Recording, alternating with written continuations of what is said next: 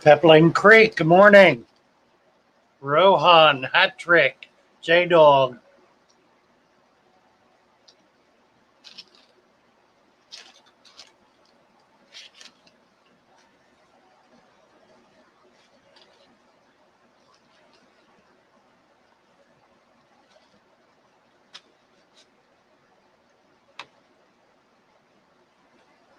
Good morning to you all.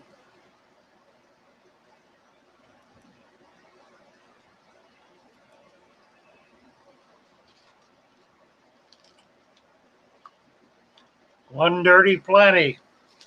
Hello, hello, hello. Nice to see you again.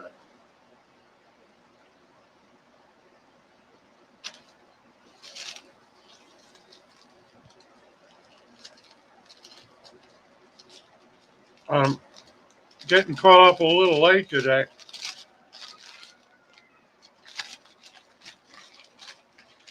But I do have a bit of a surprise that I will share. We get a few more people on.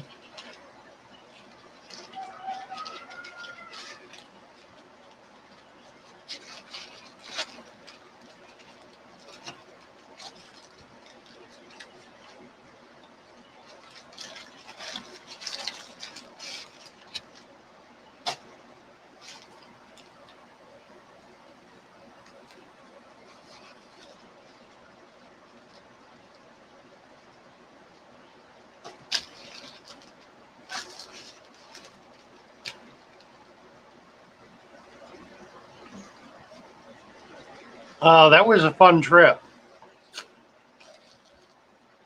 Garbo, good morning. I have a little jar here of things we collected yesterday.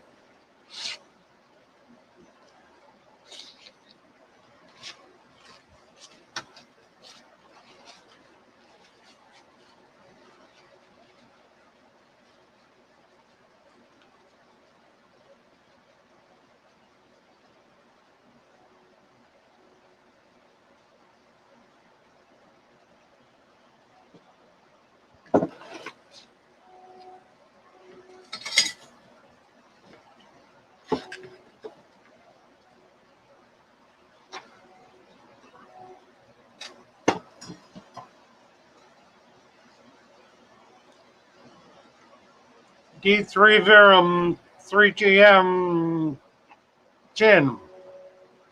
Hello, hello, D3. Manish, hi Manish. Thank you, that was a fun trip. Absolutely did.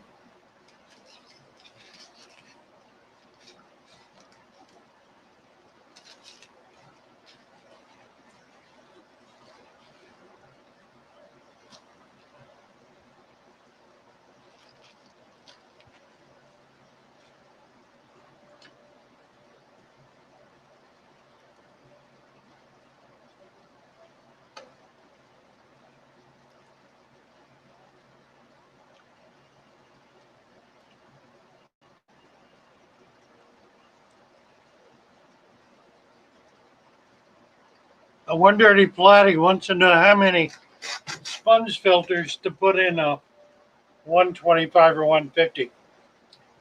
If you can get the big ones, the big 6-inch ones, or even the 8-inch, I would do two, one on each side.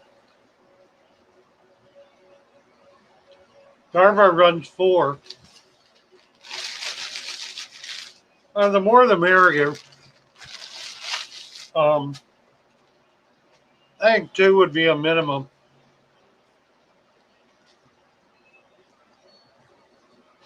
It's running. Oh, I misread that. 240s. Yeah, that works fine.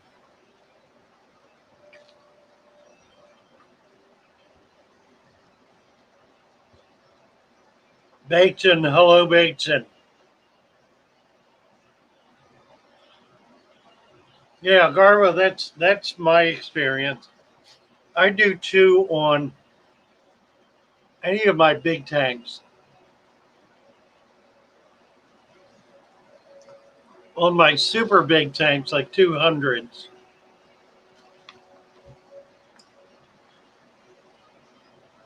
I either run sumps or some kind of canister, simply because I need high flow, need to move a lot of water, a bigger pump. You could do like for a 400, you could do 4 sponges, but it gets a little cumbersome doing that. So that's the point where I use canisters with very large tanks. Albert DeBoer, good morning. What do you think about deep substrate without filters? Oh, I've got them. I do it all the time. One thing I find does help, particularly in salt water, if you're not going to put a filter in a deep substrate, is to have a power head to move the water. That's not so important in freshwater, particularly with plants, but even a small sponge filter will help with circulation. It's not critical, but I think it helps.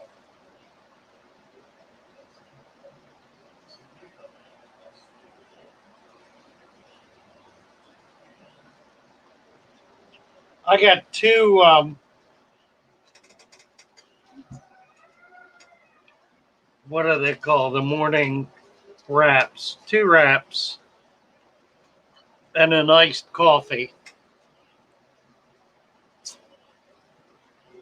from Mickey D's.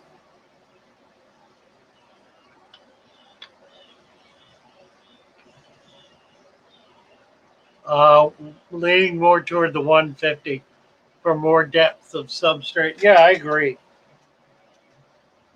Bud's Coin is here. Hi, Bud's Coin. I'll see. Bateson, have you ever had the blood parrot cichlids change the black? Wonder if it might be trying to breed, but seeing an orange fish turn black is kind of stressful. Yeah, particularly if you're used to having discus. When a discus turns black, it's a very bad sign. No, I've never seen a blood parrot turn black. Now, black is a natural morph for the parrots. So it's probably nothing particularly unhealthy, just unusual, but it's a natural morph color.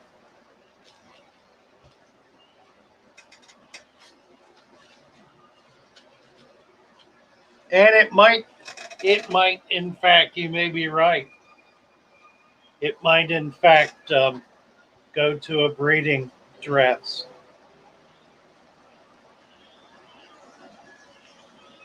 Garbo used to run a F6 on the tank, can't be bothered to clean canisters.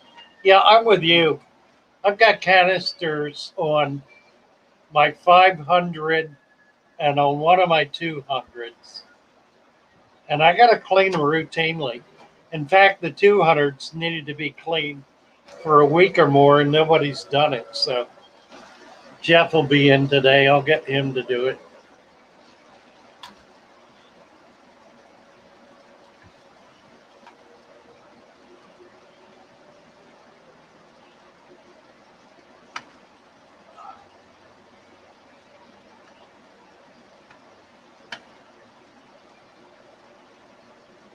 Holly Gibbs. Hello, Holly. Got the next 2 days off. Don't know which tank or pond to work on first. Yeah, I understand that. Well, you do the one that needs help the most. The one that's in the biggest trouble. Sponge filters do well when the power goes out. Well, they do continue to work, sort of, because they've got a lot of bacteria in them that's flowing water. They're really part of the substrate in that effect. Baits, and I have 2 parrots in the tank, and just the one has gone from gold to half black. You know, I have had some do that. Years ago, I had some golds that developed black in them. And I think it was just the maturation. As they matured, they became more black. If this happened in 2 days, though, that's something else again. That's pretty dramatic. I don't know. I don't know what that is. Maybe they're pairing up. That would be good. Aquatic Conquest. Yeah, that was fun yesterday. Had a good time.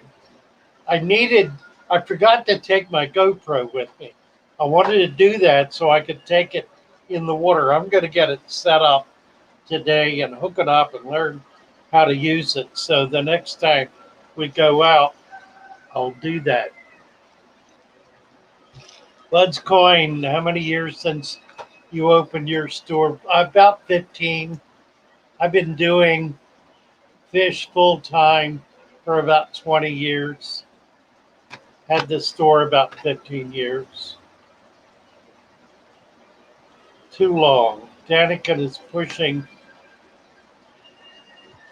off on his trip.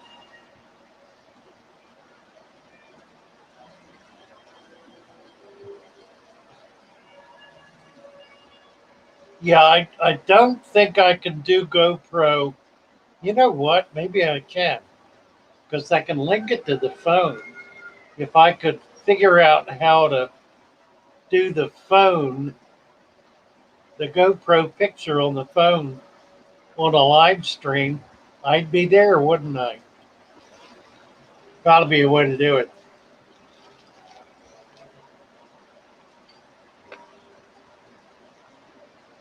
I will figure it out. Oh, all right. I got something I want to show y'all. Let me jump up to the screen so I can see what I'm doing. Okay, I've got the camera here. And this is a jar with a fish in it that we caught yesterday. I'm getting shadow. This is not good. Okay, I'm not getting.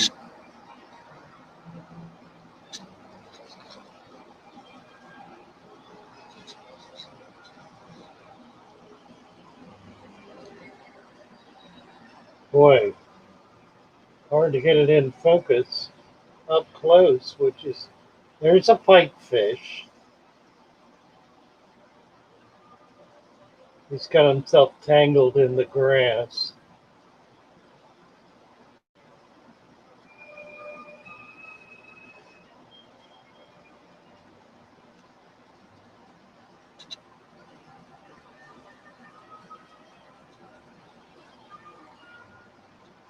Right below him, no. Let's see. Yeah, that's better. It's going to stay there again. Here's a little seahorse, a pygmy, and another one coming up right behind him. We got 4. We're allowed to take 2 each. There's 1, 2, 3 of them. We're allowed to take 2 each a day on our fishing license. So we got 4, and I'm going to make them available to anybody who wants to try to set them up. And I should tell you, when I was 9 years old, that was the first saltwater fish I ever had. I bought them. I think I got them shipped from Florida. I don't remember. But I got some brine shrimp eggs with them. Hatched out brine shrimp, and that's what I fed. There's a little killie.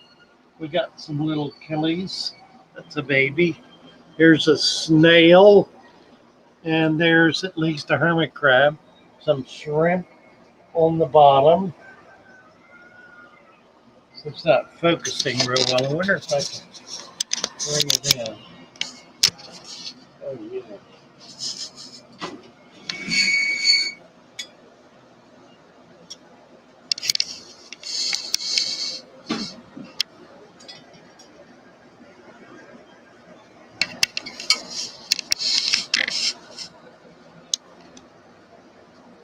Well, they're hanging so tight together we can't see them. Here's one right there. Now, if we can get a good picture of this, we'll be able to see the little extensions on it. Yes, you can see it.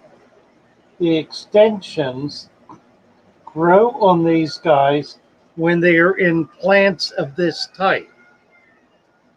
When they're mimicking the plants they're in, and they do it essentially voluntarily. They do it based on their environment, so they're able to actually grow these little hairs if they're in a plant bed that has tiny little hairs on it, tiny little roots or stems or whatever. So they look like the plants they're in. And you find seahorses that are not in this kind of environment perfectly plain with no extensions at all. Kind of like the one next to it. He has little, but not really much. Okay, can't get him in focus here.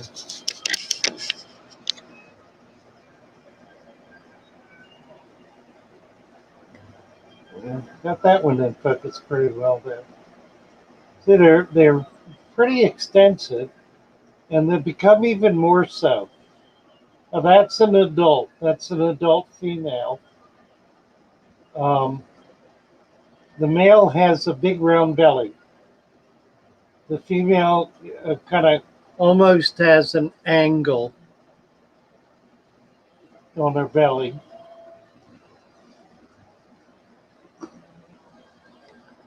See, the others are way down here in the grass. Here's a little goby. We've got bunches of these little gobies. Lots and lots of them. It's a shrimp. That's a hermit crab on the bottom there. We've seen moving along, trying to. And a little seahorse in back of him. So that's yesterday's catch. Got a lot of these plants. I got some really nice plants that I'm excited about. The plants are wonderful in the tank. They do well. Here's a couple of shrimp. There's a goby.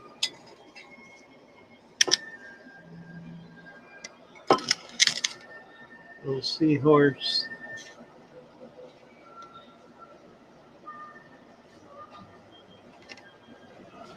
Two of them right there. All right.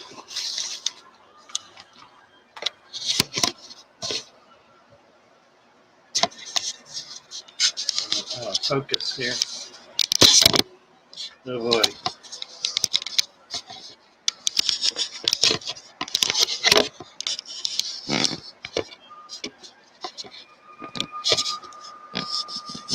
Thing's got a manual focus on it. Hum. All right.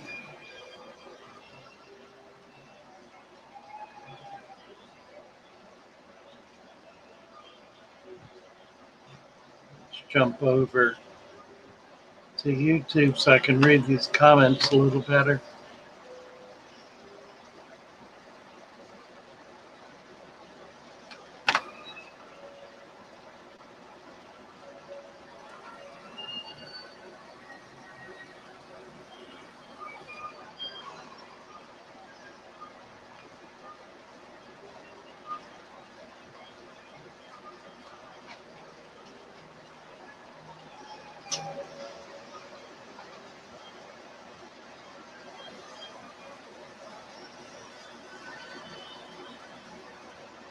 Bates and leaving for work.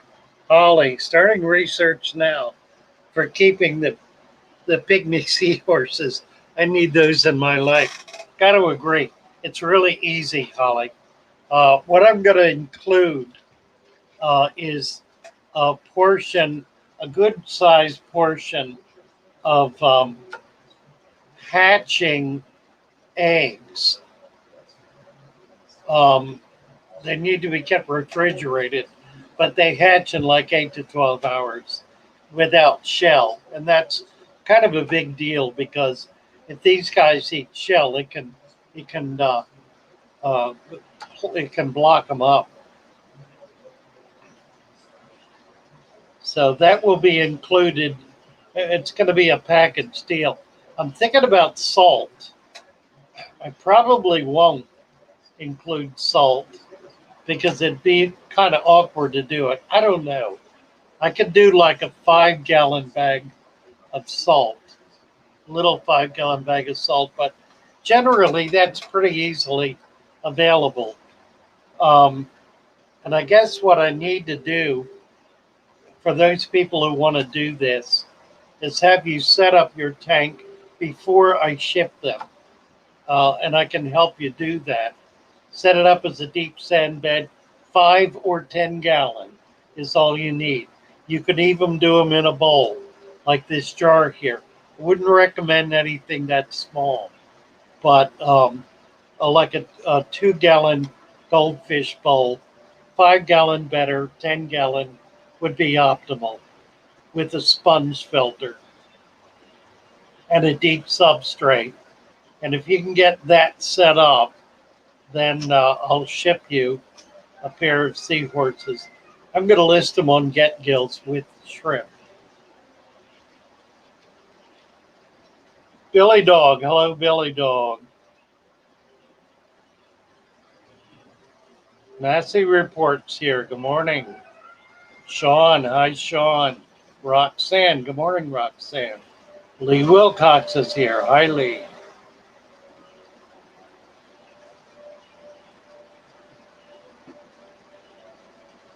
Oh, dear. He was trying to go to work, and I got flat tire. And another one 2 days ago. Sounds like you need a new set of tires, Billy Dog. Yes, the seahorses are awesome.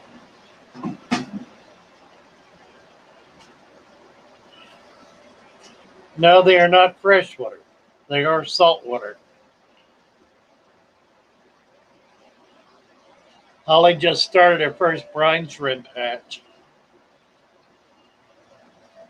They are pretty easy to do. Roxanne's always wanted them, never kept saltwater. It's just as simple as freshwater. Just do it with the deep sand bed. You don't need to do dirt. You can.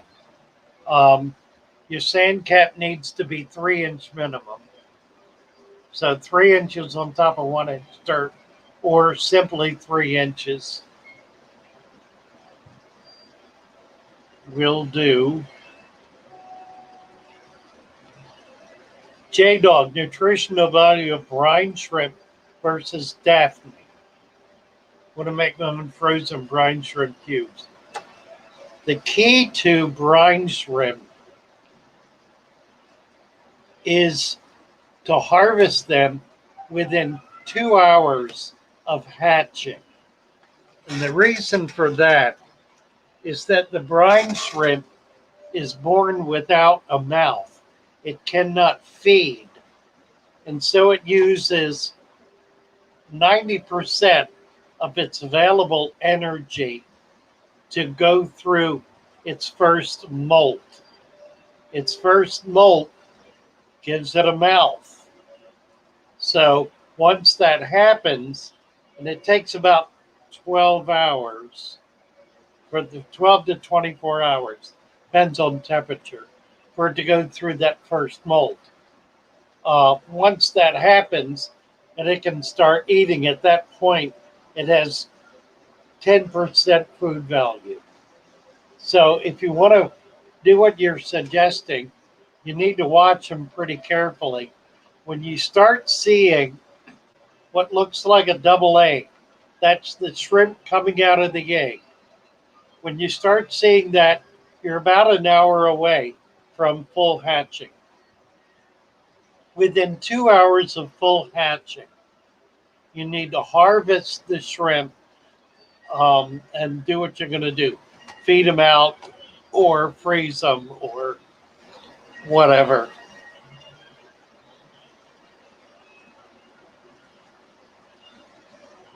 Fish Dreams is lurking. Hello, Rohan. It's the update on the fry.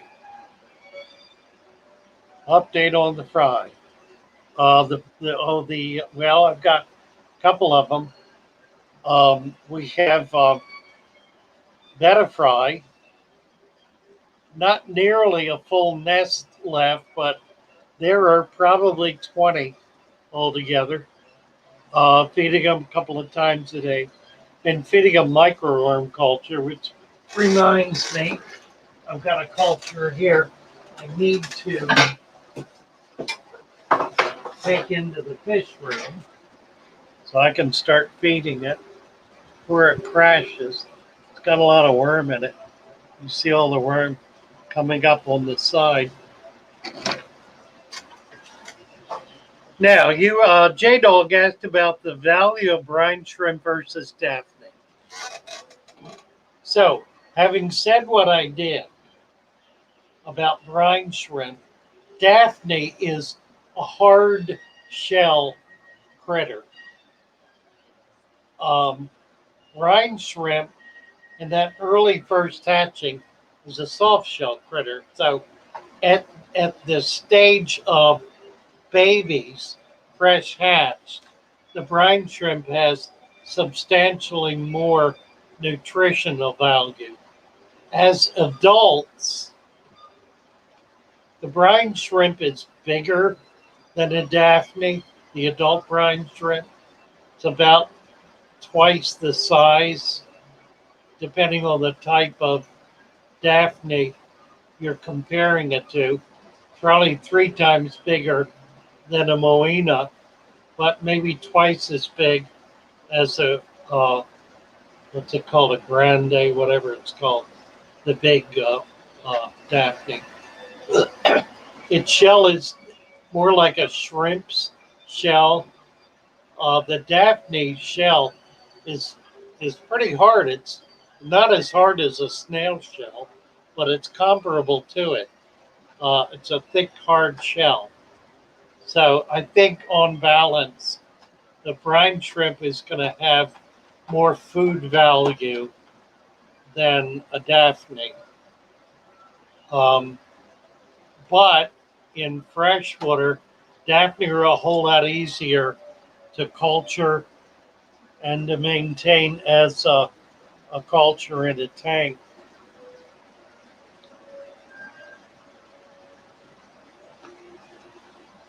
Precious is here. Where is she?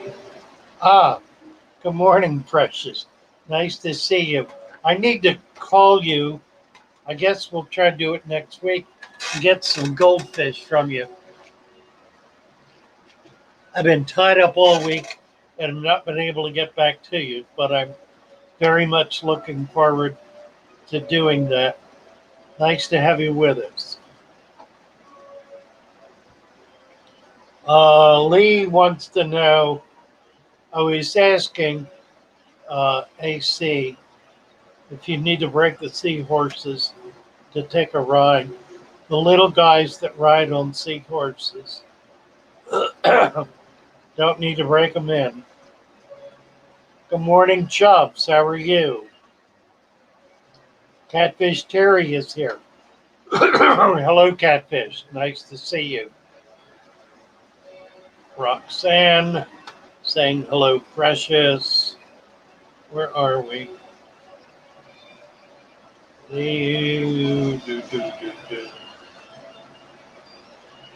Oh, wonderful. Some young pandamores. Perfect. Perfect. Precious has some. I've got a couple of people looking for small fancy goldfish, and Precious has Absolutely remarkable collection. So I'm going to try to get some from her. Fish Dreams. Are we at the bottom? Not quite. Hat tricks listed. My cat gills. Holly got two little frogs yesterday. African dwarf frogs, I'm guessing. Or are they something else? I like the African dwarfs. They can be spawned. They lay eggs on the surface in a jelly mass. So you might be alert to that. The female will puff up with eggs and they'll go to the top and spawn early in the morning. Lee, you should have had some frog spawn by now. Keep looking carefully on the top for a tiny jelly mass. The young will get eaten by everything instantly, so they're not going to survive. You're not going to see babies. If you find the jelly mass, you need to remove it and hatch them out separately, and then you'll need to create some um, culture, paramecium culture, for the babies to feed on. Swampy Acres is here. Hello, Swampy Acres.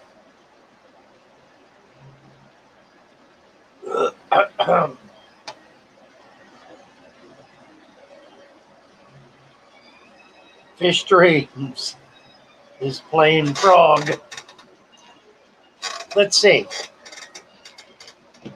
Let's show these little critters again. We got a bunch of new people here. Our trip yesterday resulted in catching a bunch of stuff. I need to get where I can see what I'm doing. There's a little goby. We caught gobies. There's a shrimp. We caught shrimp. We got these nice little plants.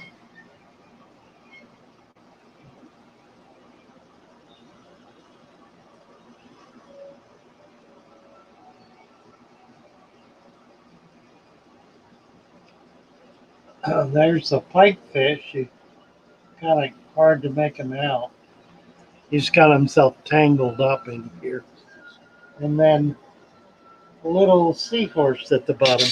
Let me see if I can get this in focus.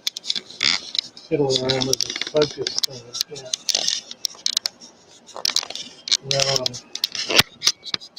No, not working.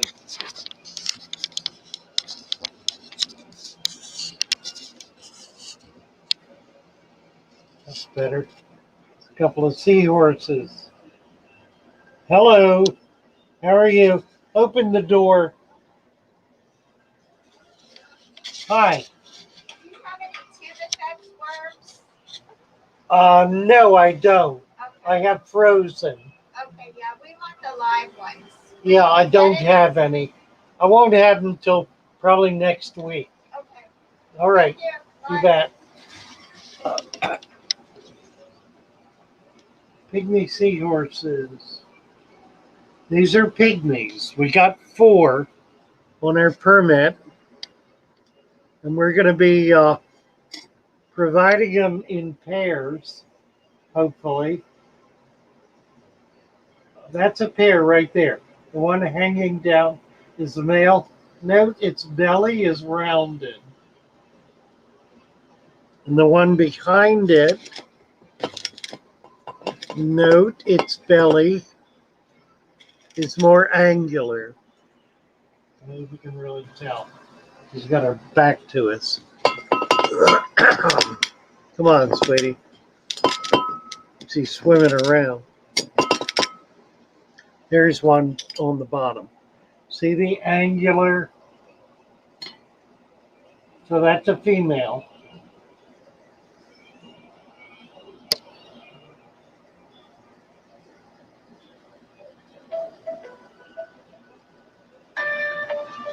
Somebody calling me on the phone. Father Fish. I'm good. How are you? Oh dear.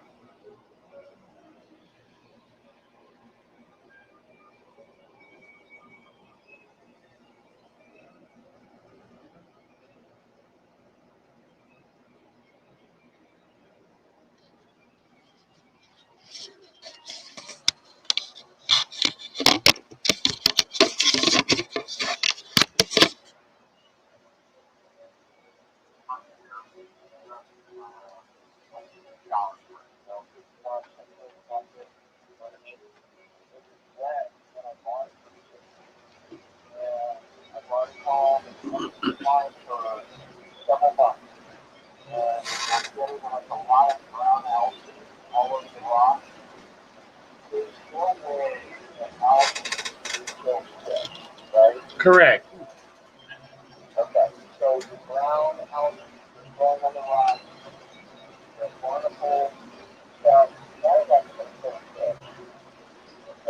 Okay.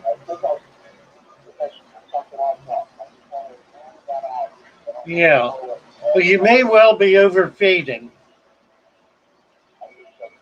That would cause all the problems.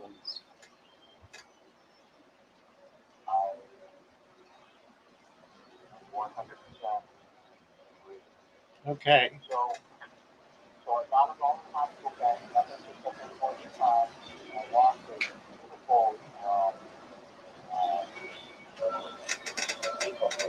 Oh dear. Huh. Yeah.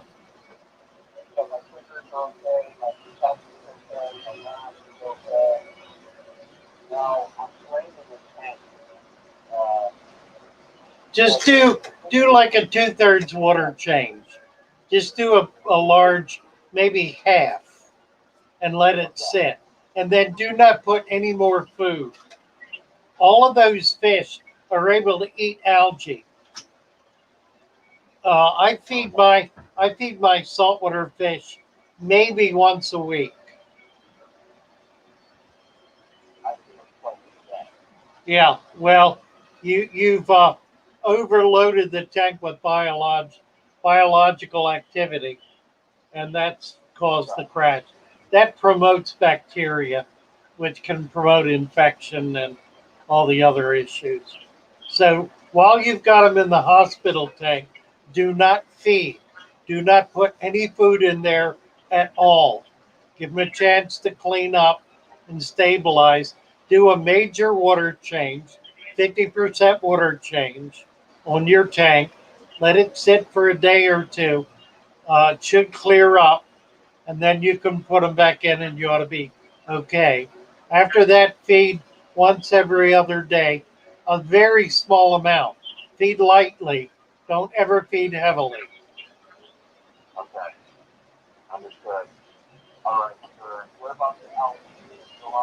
Yeah, it's not going to hurt anything. It'll clear up.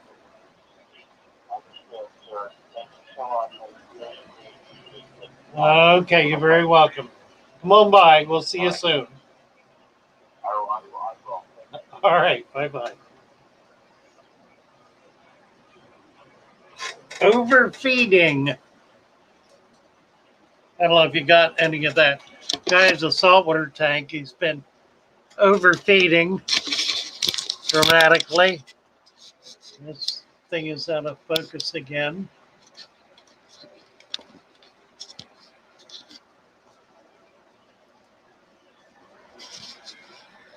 Let me give up on this camera.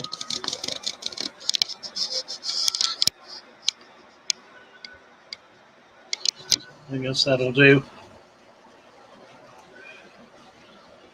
All right, let's see.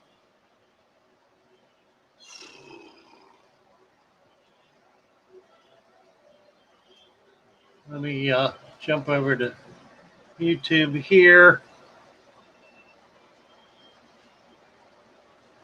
Try to get back to where I was. Lee, I've seen the gel. Thought it might have been from snails, frog spawn. Okay, you need to take that out and put it in a jar.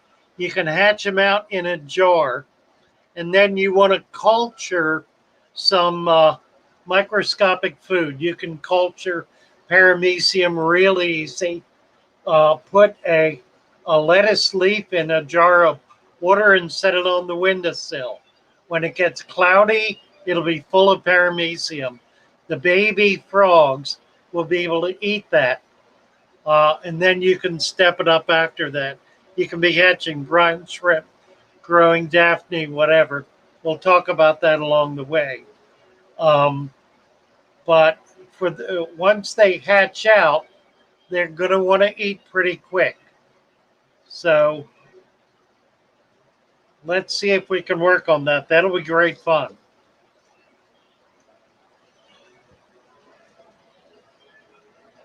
Let's see.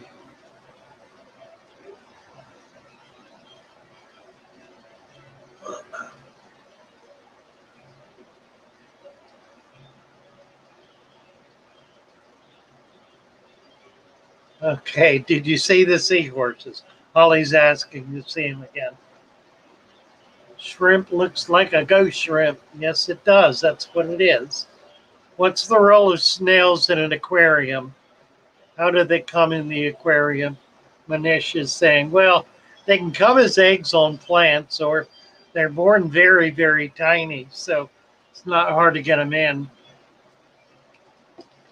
Their role is to be a cleanup crew. They eat waste and excess food and the like. So they're really quite beneficial. Some, however, eat plants. So you need to be sensitive to that. Make sure you have the right kind.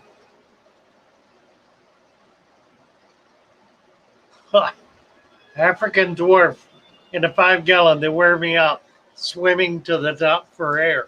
They are, after all, a frog, not a fish. So they have to breathe air.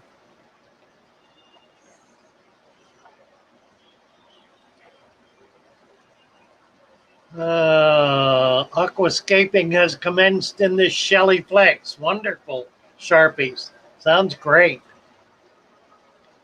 A fan of Ben Shapiro. Who said that? What is that? I am a fan of Ben Shapiro's.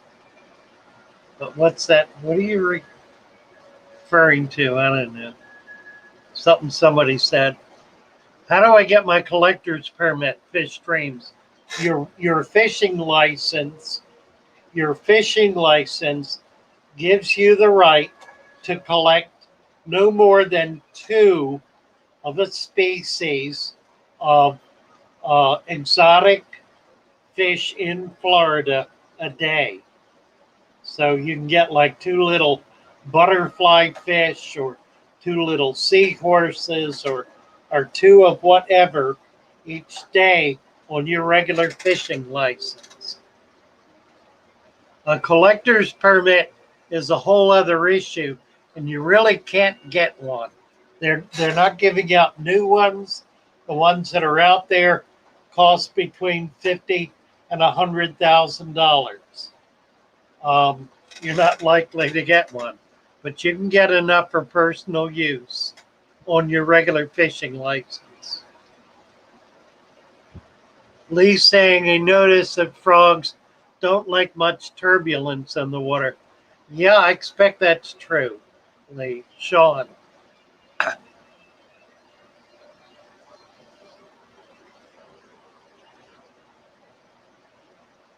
Missed out on part of that conversation with Sean.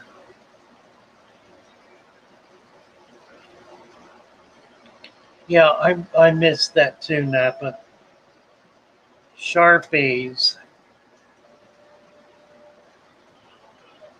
Okay, so sounds good. That's exciting about the Shelleys. Store phone calls are fun.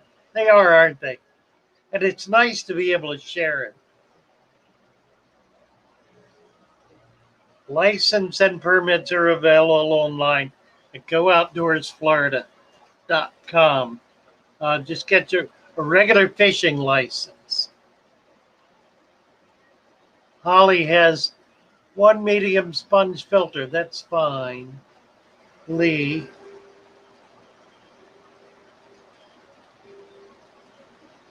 Saying his calls are fun. Ground algae is normal in new tanks. Absolutely right, Napa. Could use you as volunteers. You bet. I got a volunteer buzzing around here now. It's Betsy. Betsy is the most faithful volunteer in the world. She's here every day, 8:30 to 9:30, pretty much 7 days a week, taking care of all the birds and the turtles, uh, and the frogs and all the other little critters. Holly has her 5 gallon about 3/4 full. So you're getting ready.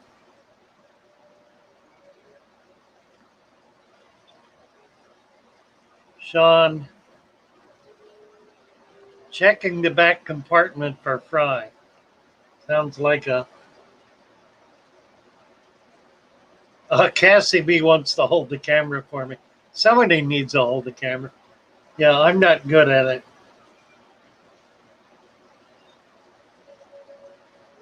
Fish dreams.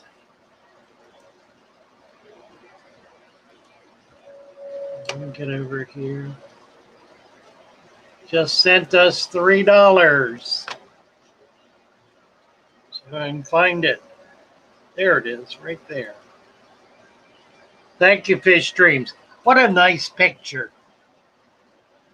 That's a great picture of Fish Dreams. And thank you for the super sticker. I'm going to take about a 2-minute break. Be right back. My leg is sore from that net pushing yesterday.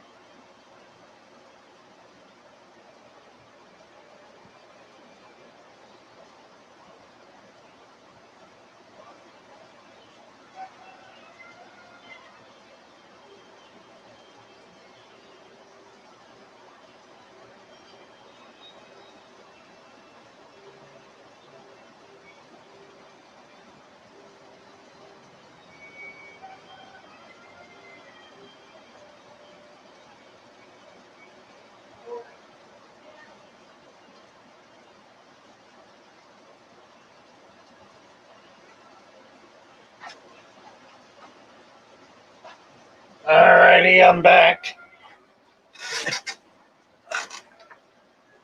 Let's see.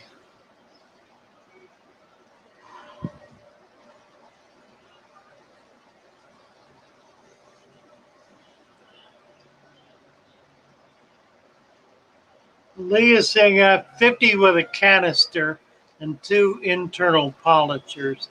He's got HOBs.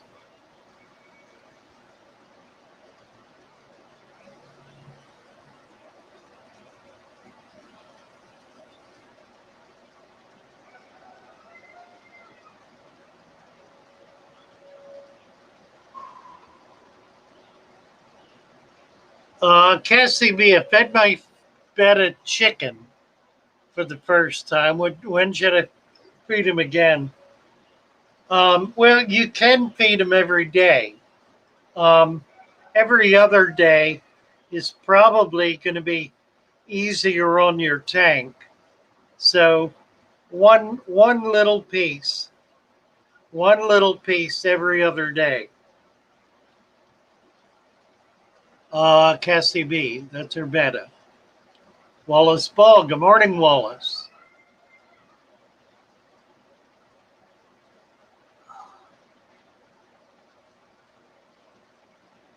One dirty platy, would any recommend? What are you asking? Mosquito larvae for Goa? Missing something. Lisa Perez. Hi, Lisa. Nice to have you with us. Oh, gourami. Mosquito larvae for gourami. You bet. Mosquito larvae is good for everything.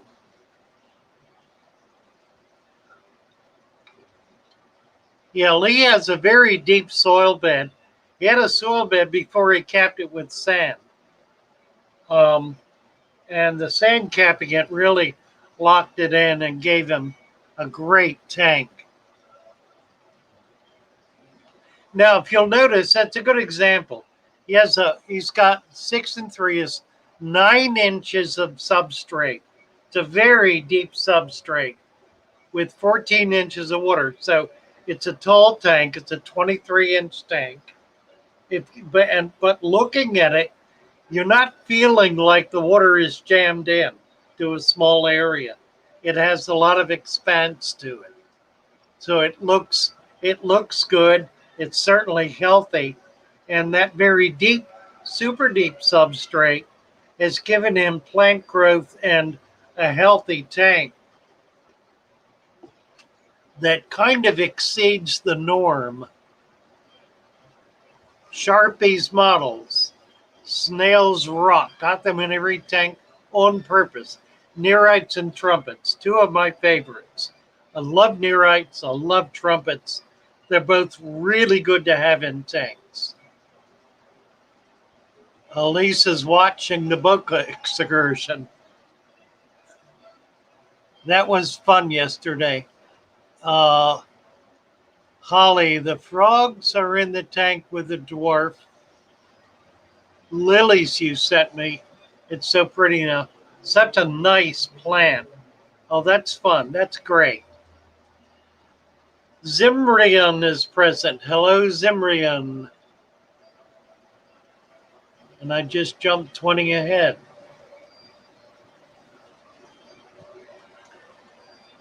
Can you please tell him, Siraj, with a dirted deep sand bed, you never, never, never, never, never, never, never, never, not ever, not even once, not under any circumstances, never disturb the substrate. Never, never, not one time, not for any reason. Never, never. I hope I made myself clear. And thank you again, Fish Dreams, for the super sticker. Zimrian, can mystery snails and African dwarf frogs be together? I have a little frog here, but lots and lots of beautiful large snails. I love the snails. Yes, of course, they're fine together. Not a problem at all.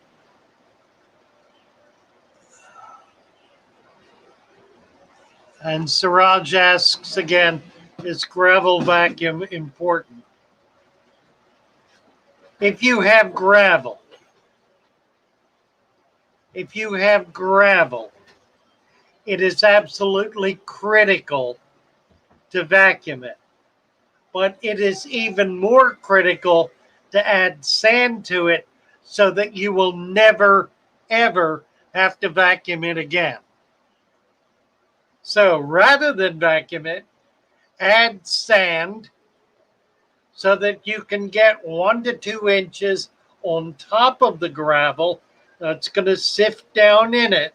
So you might need to put a little extra in. Add sand to your gravel.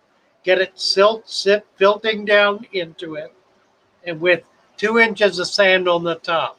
Now, if you have gravel, because you have an under gravel filter, the solution for that is to grab hold of the tube that goes down to the under gravel filter and twist it until it's loose, and then pull it out. Then add the sand. Then you can put a sponge filter in the tank and hook it up to that tube you had in there, and you'll be good to go.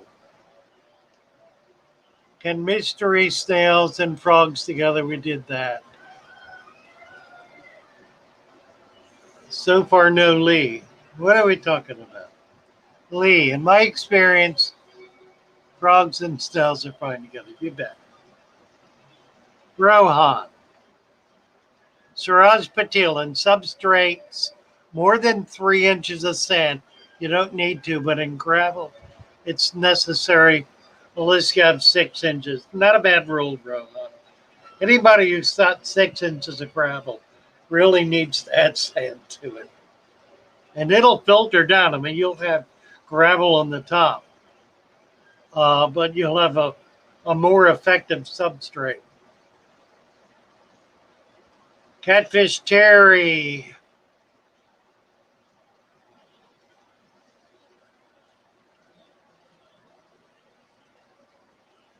Is doing a link. Fish streams. Yellow Submarine. Good morning, Yellow Submarine.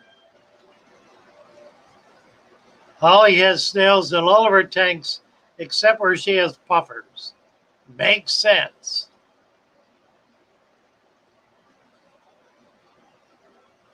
Lee. One of my polishing filters just sitting above the water level. I find my frogs congregating on top of it, holding a town meeting. Where's the like button, Dirty Platy wants to know. If you're on your phone, there's a way to do that. Somebody will explain it, I'm sure.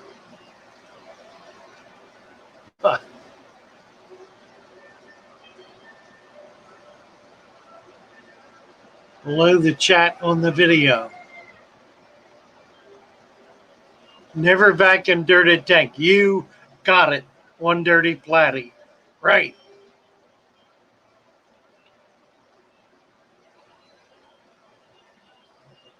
Well, Sean's off to bed. See you all later. Have a great stream. And remember, everyone, set up a shell dweller tank. Will do. Got a couple of them. No babies yet, though.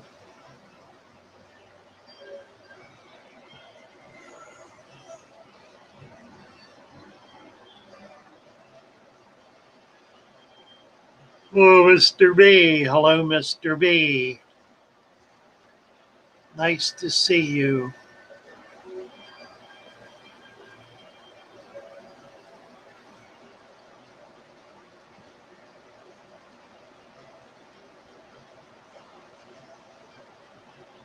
Sharp is given the amount of bristle noses I have. It's no surprise I have a couple of weirdos. Sharpie talking to Roxanne. Right. If I set it to many more tanks, I'm going to have to take Father Fish app on opening a store in our town. You should indeed, Holly. You need to do that. And you will love it because you'll be able to share your hobby with so many people and get so much joy and satisfaction out of that. That's the real joy. It's the joy for me of doing these and then getting that phone call from somebody who's having a problem and sharing that with you all.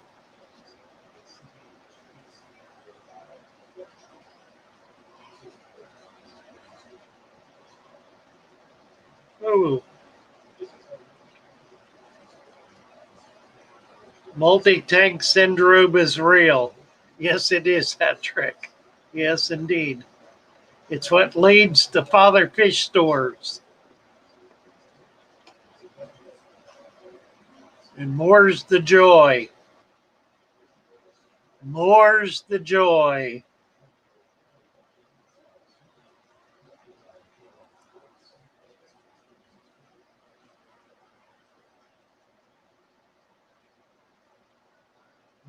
Roxanne saying my bristlenose eat the nearite eggs. Oh, doesn't eat the nearite eggs. Yeah, I think they're you gotta floss your funny floss your bristlenose, right? I think the nearite eggs are really hard. Oh, really hard shells. I've not found anything that eats them. They just sit there forever. They don't even deteriorate. They just sit there forever and ever.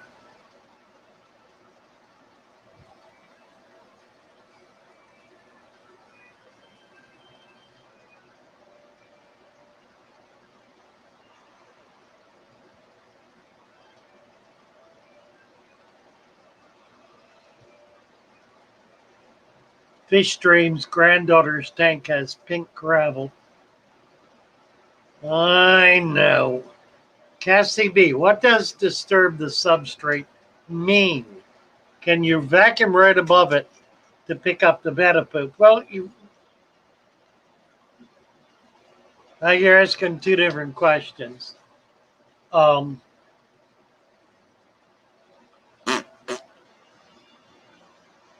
Vacuuming betta poop. But if you have a tiny little tank, I use a little tiny net to kind of swirl if I want to get debris off the top. I just sort of swirl it up with a net and catch it. You can use a siphon and siphon it off. A vacuum pump is going to be much too disturbing an influence. You don't want to do that. Use a 1/4 inch hose or maybe 1/2 inch hose and start a siphon. I'll teach you all how to do siphons if you don't know. Sharpie saying his plecos munch the nearite eggs. There's a bristle nose that eats snails and blackbeard. We need to breed that fish. J Dog still not clear. Should I gravel back a dirted substrate? If you want to have all the trouble in the world, J Dog, you could do that. I would not recommend it.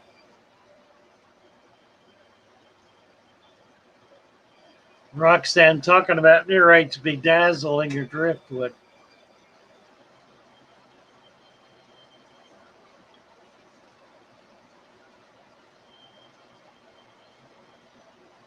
Oh, fish streams not finding mosquito larvae outside.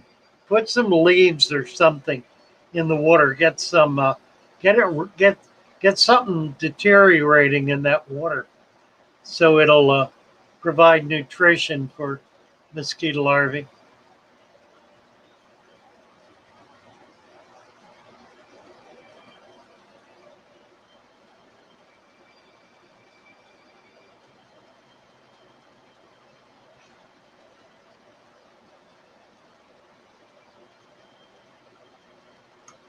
Zimrian's Amazon sword is flowered.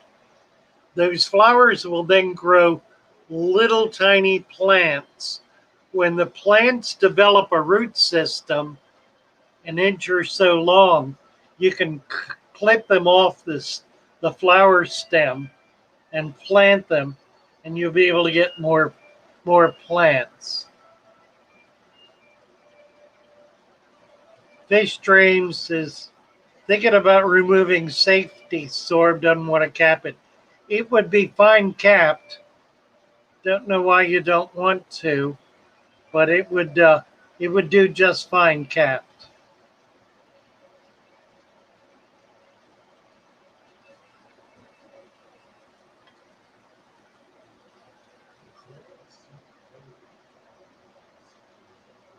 Oh.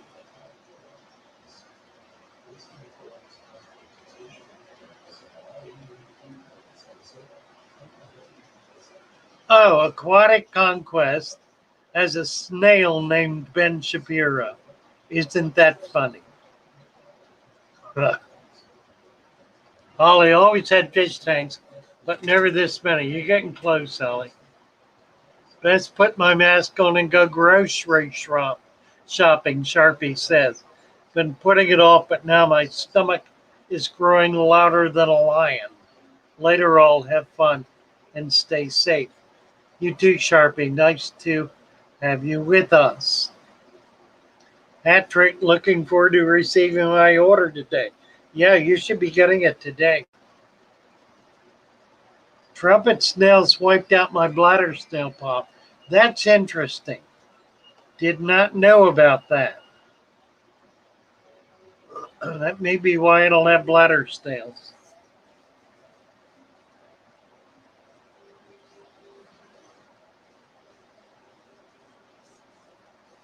Oh. Yeah, Lee's talking about using the small net to swirl up his plant debris. If you don't mind leaving there, it'll precipitate into the soil and provide nutrition for the plant. So that's part of the process of having a deep substrate.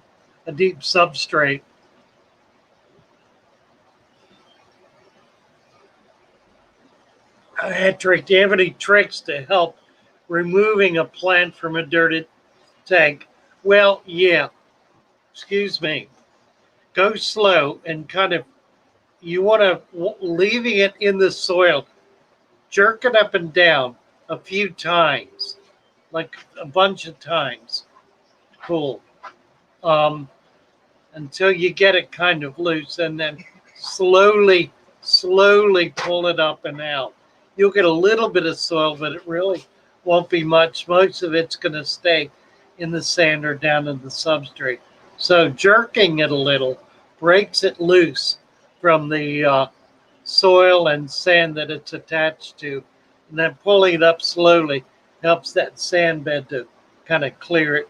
It's not perfect, but it works pretty well. Jeff just came in. Hi, Jeff. Howdy. How are you? All right, how y'all? Good. What are you up to today? Hopefully getting that big old tank moved. Oh, yeah, he brought his dolly in. We have another one here just like it. So Good. We're gonna between need the two, I only we'll have need them. one. I think Richard's going to be here later this morning, maybe. So, and Frank will be showing up. He won't be much help. No, But but you can at least stuff Two of the us can dolly do it. under If we can tilt it, we can do it. Wanted to mention to you, the canister on the back 200 needs to be All right. changed. The water flow is down to All right. a drip. How'd y'all do yesterday? Oh, we had a lot of fun. Let's see. Let's do one more time. We'll show everybody one more time. Oh, you got some good stuff in there. Yeah. What's happening here? I'm on the wrong. Well, that's interesting. Okay, here we go. What is this?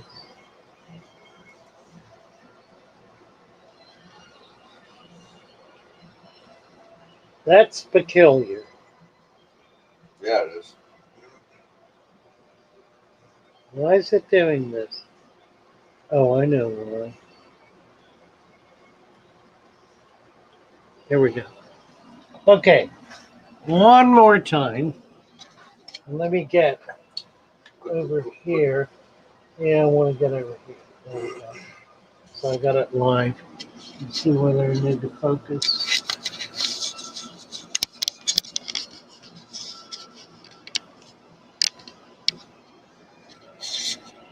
Little seahorse. A couple of them right there. Just a little goby right above it. Howdy. Couple little seahorses. Going, brother. How you Shrimps, doing? goby, snails, hermit crabs. All right. You need to come find us, sir. All right, thank you. Okay.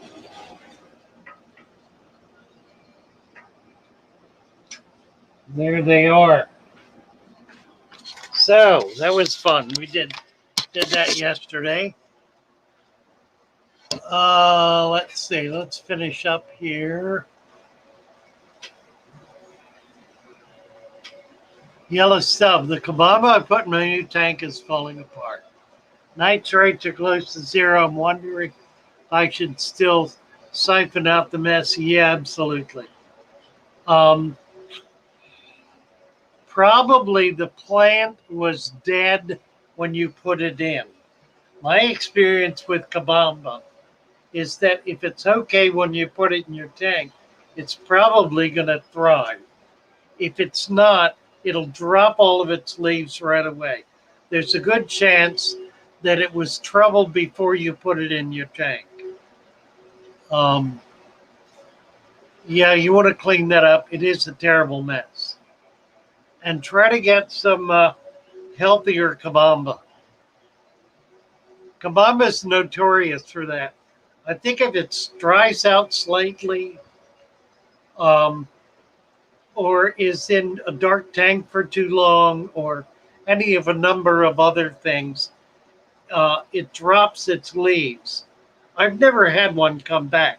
They probably do, but they make such a mess, I've never wanted to bother with it. So try to get a new one. It's a pretty plant. Nice when you get them going. All right, Lee's talking about using assassins to deal with unwanted snails.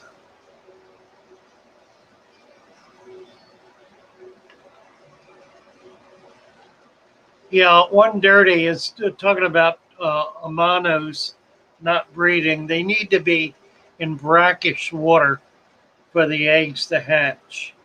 So amanos are pretty difficult to to hatch out.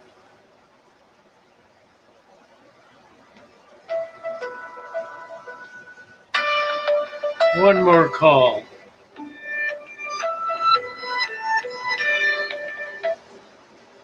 Father Fish, hermit crabs, land hermits or hermits in saltwater tanks? Oh, 1 second. She doesn't know.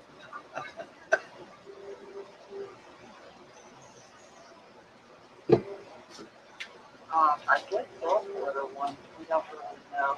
Do you have a saltwater tank? Do you have a saltwater tank? No? No, were you talking about land hermits? You do? Okay. Did you have them? No. I do not have land hermits. I think you're talking about land hermits. And I don't have any. Do you know where we can get those? I have no idea. Okay. But did you have the saltwater ones? I have the saltwater ones. They're little tiny things, very tiny. They're not pets. You're looking for a pet, right? Right. Yeah, so you want something bigger. I'll have them in about a week. Oh, okay. Okay? Okay. All right. All right. Thank you. You bet.